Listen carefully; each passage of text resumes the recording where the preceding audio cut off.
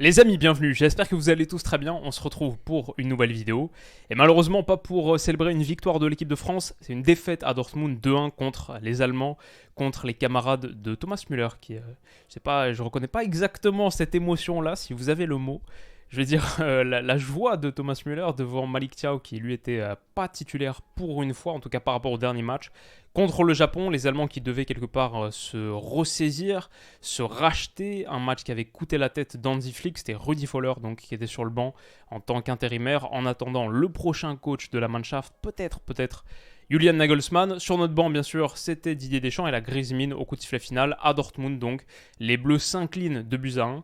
2 buts concédés aux extrémités de la partie. Thomas Müller pour ouvrir le score tout au début de match.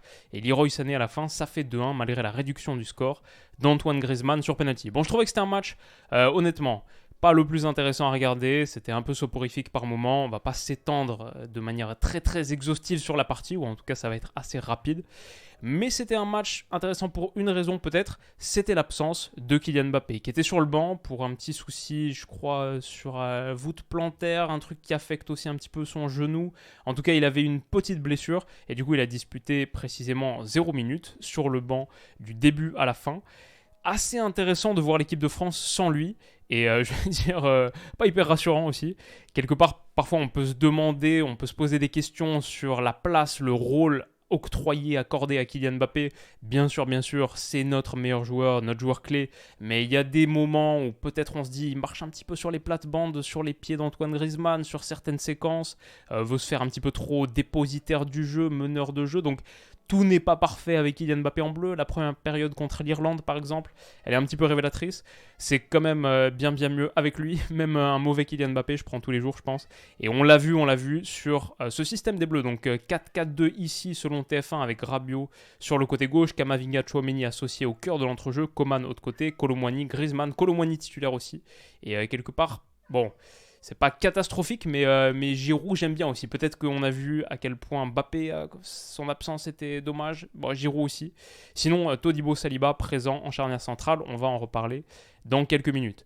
Donc ça, c'était sur le papier. En vrai, oui, on défendait en 4-4-2. Sans ballon, on était en 4-4-2. Je vais dire, avec ballon, ça ressemblait un petit peu plus à une forme de 4-2-3-1. On le voit ici, Griezmann, il est quand même nettement en dessous de Kolo Muani. Rabiot à gauche, un petit peu dans le Matuidi rôle peut-être, d'un milieu offensif gauche de 4-2-3-1, mais qui est à vocation un petit peu plus défensive. Et quelque part, on le voit aussi ici avec cette ligne de 4. Pavard, il est beaucoup plus bas par rapport à Kingsley Coman, parce on a un vrai ailier, joueur de côté, joueur de percussion, que n'est pas, Adrien Rabiot, qui rentre un petit peu plus à l'intérieur. Mais c'est vrai aussi, il est épaulé de Théo Hernandez. Donc peut-être que un Théo plus un Rabiot versus un Coman plus un Pavard, quelque part ça donne à peu près la même moyenne, le même ratio offensif-défensif. Je sais pas, mais ce qu'on peut dire en tout cas, c'est que ce 4-2-3-1/4-4-2, il n'a pas très bien marché, honnêtement. C'était assez difficile pour nous. Malgré le fait qu'on récupère un ballon très intéressant ici au bout de 3 minutes, là il y a un vrai coup à jouer pour l'équipe de France qui parfois presse de manière intelligente. Ici c'était sur Gundogan qui perd un ballon haut, bas pour lui. Mais quand Kolo Muani s'appuie sur Rabiot, c'est pas pareil que quand tu t'appuies sur Kylian Mbappé. Là, on a vu typiquement dans la zone où généralement Kylian Mbappé, ensuite il y a peut-être un débordement de Théo ou même la combinaison avec Griezmann au cœur du jeu, peut-être aller chercher Kingsley Coman ou Ousmane Dembélé comme c'était le cas contre l'Irlande ou au Paris Saint-Germain de l'autre côté avec un ballon renversé. Et bien là, Rabiot, non seulement évidemment c'est pas le même profil que Kylian Mbappé, mais en plus un gaucher à gauche, ça fait que c'est assez difficile, il doit un petit peu rentrer à l'intérieur, mais sur son pied gauche, c'est beaucoup plus facile de lui prendre le ballon. La conduite est un petit peu plus exposée. En l'occurrence, Gundogan va réussir à la sortir. Je trouve l'enchaînement, si vous vous en souvenez, celui d'Emre Can là, avec un contrôle pied droit levé, et derrière, il envoie une petite talonnade comme ça, double touche, dans la course de Florian Wirtz qui peut aller percuter. La raison pour laquelle je parle beaucoup de cette action, c'est celle qui va amener le premier but. Dommage, on avait eu une bonne action, mais Kolo Muani qui s'appuie sur Rabiot, c'est pas pareil que Kolo Muani qui s'appuie sur Kylian Mbappé. Et dommage, on n'a pas vraiment pu faire fructifier cette récupération haute. Un autre truc que je vais signaler, c'est que quand Kingsley Coman ici vient agresser Gundogan au cœur du jeu, et bah on a vraiment un bloc défensif qui est tellement compact sur la largeur côté ballon que c'est très facile pour l'Allemagne de trouver une rotation et c'est une rotation qui va vraiment nous faire mal quand Heinrichs qui est trouvé ici peut s'appuyer, il me semble que c'est sur, c'est qui déjà le numéro 10 ? Non, c'était Heinrichs ou non, c'est Serge Gnabry, pardon, Gnabry Heinrichs en 1-2 comme ça, tac tac tac, Pavard battu par cette passe, bon c'est assez difficile. Centre en retrait pour Thomas Müller qui son contrôle d'une surface du corps assez peu commune mais vraiment remarquable. Enchaînement, ça fait 1-0 pour l'Allemagne. Je vais dire que à la fois notre bloc très compact qui fait pas une très bonne rotation mais derrière ensuite les latéraux ici battus, mauvaise couverture de cette zone, le centre en retrait un petit peu entre Saliba et Todibo qui étaient titulaires, qui n'ont pas marqué beaucoup de points. Il y a un vrai problème défensif, mais peut-être ça vient aussi d'une situation où normalement tu dois aller au but plutôt que de concéder une contre-attaque.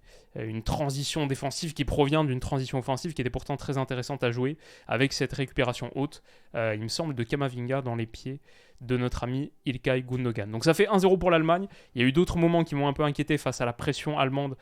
Typiquement ici, il me semble que c'est Saliba qui tente de trouver Tchouaméni, mais vraiment... que ce soit Todibo, Saliba, Kamavinga, Tchouaméni, ce quatuor, il a vraiment pas marché. Bon, c'est des gars qui apprennent un petit peu à se découvrir, mais c'était assez difficile. Et là, face à la pression, il y a un ballon qui est trop coté pour Tchouaméni, c'est perdu. Dommage. Dommage aussi ici, typiquement sur les actions où Kylian Mbappé manque, ça semble être une évidence, mais on va la répéter parce que franchement ça a été mis en lumière, je trouve, à plusieurs reprises, tactiquement, sur des séquences très claires. Ici, récupération, ok. Kamavinga, j'adore. La prise de balle, elle est tout de suite orientée vers l'avant, on voit ici. Prise de balle semelle, tout de suite, l'opportunité et l'envie d'aller se projeter vers l'avant. Il check à sa gauche. Dans son monde, là, il y a un Kylian Mbappé lancé à aller chercher. Peut-être par-dessus, en tout cas vite aller percer cette ligne de défense haute de l'Allemagne.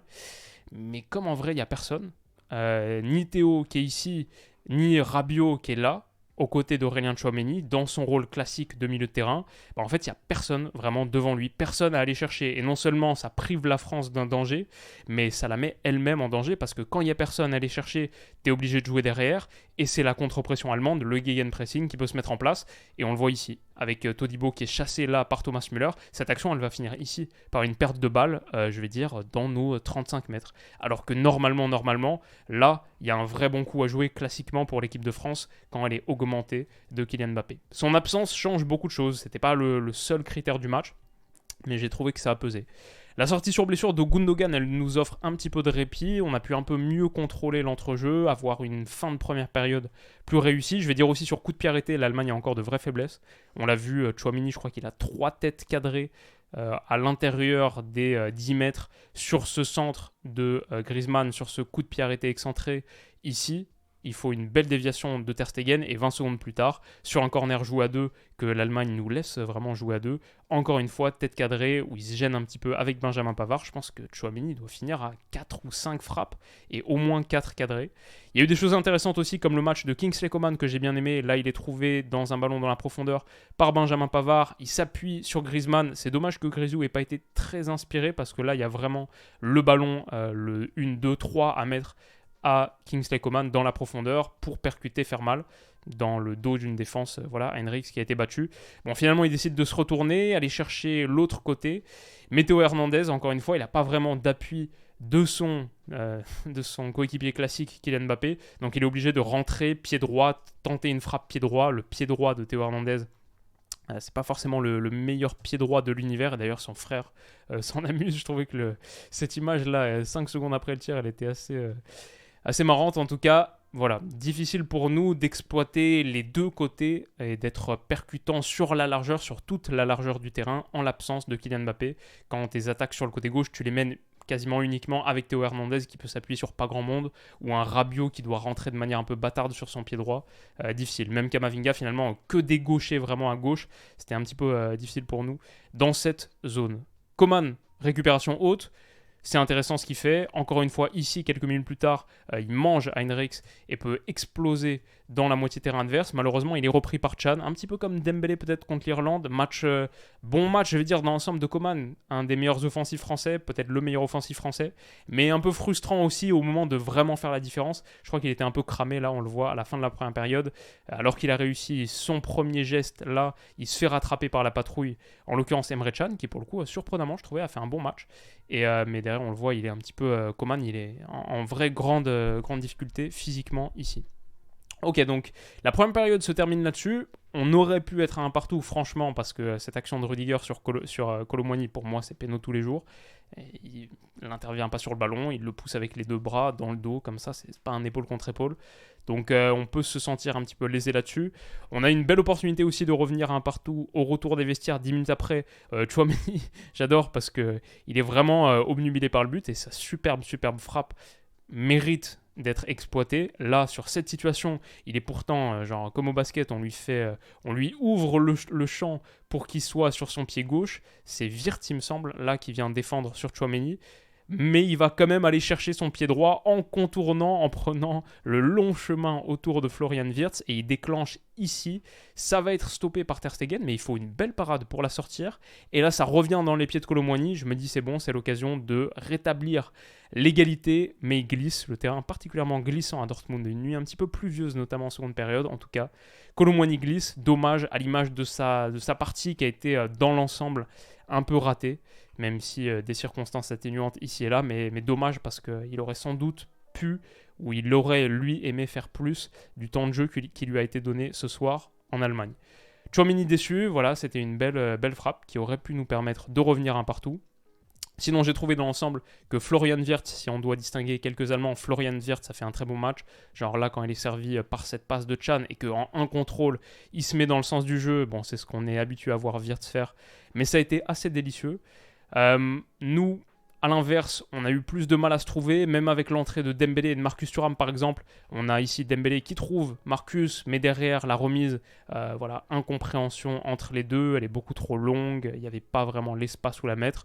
On a eu beaucoup de mal à combiner, je trouve, on voit à quel point le centre de gravité Kylian Mbappé est clé, vital, et en son absence, pardon. Je rebranche mon fil. En son absence, c'est tout de suite plus difficile pour nous. Donc voilà, dommage. Sinon, qu'est-ce que je voulais mettre en lumière ici? C'est l'action du 2-0. Encore une fois, je comprends pas trop l'animation. Genre là, ok, on est à 4 derrière, mais en fait non, c'est Tchouaméni qui est ici, qui est venu décrocher. Donc on a Griezmann là, on a Marcus Thuram ici. On a Youssouf Fofana qui est rentré là, mais sinon c'est Kamavinga un petit peu dans le rôle d'ailier gauche. C'est encore une fois un peu le 4-2-3-1 quoi, ou 4-4-2, mais Griezmann un petit peu plus bas par rapport à Marcus Thuram. Et sinon Kamavinga milieu offensif gauche, Dembélé le long de la ligne de l'autre côté. Ouais, voilà, c'est difficile pour nous de créer beaucoup, je trouve, dans cette configuration. Et donc Todibo tente une passe, elle est ratée, elle est même nettement ratée. Todibo, il a vraiment pas marqué de points, surtout que derrière. Havertz, superbe prise de balle, un peu comme celle de Wirtz, tout de suite dans le sens du jeu. L'appel de Brandt qui fixe Todibo, mais c'est notre ami Leroy Sané qui va être servi ici. Et je pense que Tchouaméni, qui avait décroché d'un cran pour aider, pour participer à la construction, bon, c'est pas un latéral gauche. Et ici, il est vraiment battu par l'appel intérieur de Sané, qui a bien lu le truc, entre Tchouaméni et Saliba. Saliba, difficile pour lui aussi comme match. Tchouaméni, c'est pas vraiment sa position. Et derrière, il peut aller ouvrir le pied dans la finition typique, classique de Leroy Sané. Tu la vois venir à 10 000 km avant qu'il la fasse, mais elle est parfaitement placée. Maignan peut rien faire. Ça fait 2-0. Et Kylian Mbappé, la Griezmann, lui aussi. Alors, derrière, on va avoir une belle situation de revenir dans le match, un penalty provoqué et faute de Leroy Sané, c'est genre 30 secondes plus tard, Griezmann le convertit. Mais pareil, j'ai trouvé que sur la fin de match, temps additionnel, on n'a pas, genre quand on se retrouve à 90 plus 2,43 et qu'il n'y a que 3 minutes, qu'on n'arrive pas vraiment à trouver de décalage intéressant, qu'on se résout à ce genre de choses. Tactiquement, c'était difficile pour cette équipe de France. Je pense physiquement aussi, on a vu des organismes un petit peu en difficulté sur la fin. Mais tactiquement, pas très fan de ce 4-4-2/4-2-3-1. Et dans l'ensemble, une rencontre décevante. C'est un match amical, ça sert à rien. Peut-être quand même un petit rappel d'à quel point certains joueurs sont importants. Dommage pour d'autres qui ont vraiment pas trop profité de ce rassemblement, malheureusement, même si c'est pas uniquement de leur faute, de leur responsabilité. Ce match, je pense qu'il n'était pas évident pour tout un tas de raisons. Et l'équipe de France chute en Allemagne pour la première fois depuis un moment, il me semble 1987, c'est ce que les commentateurs disaient.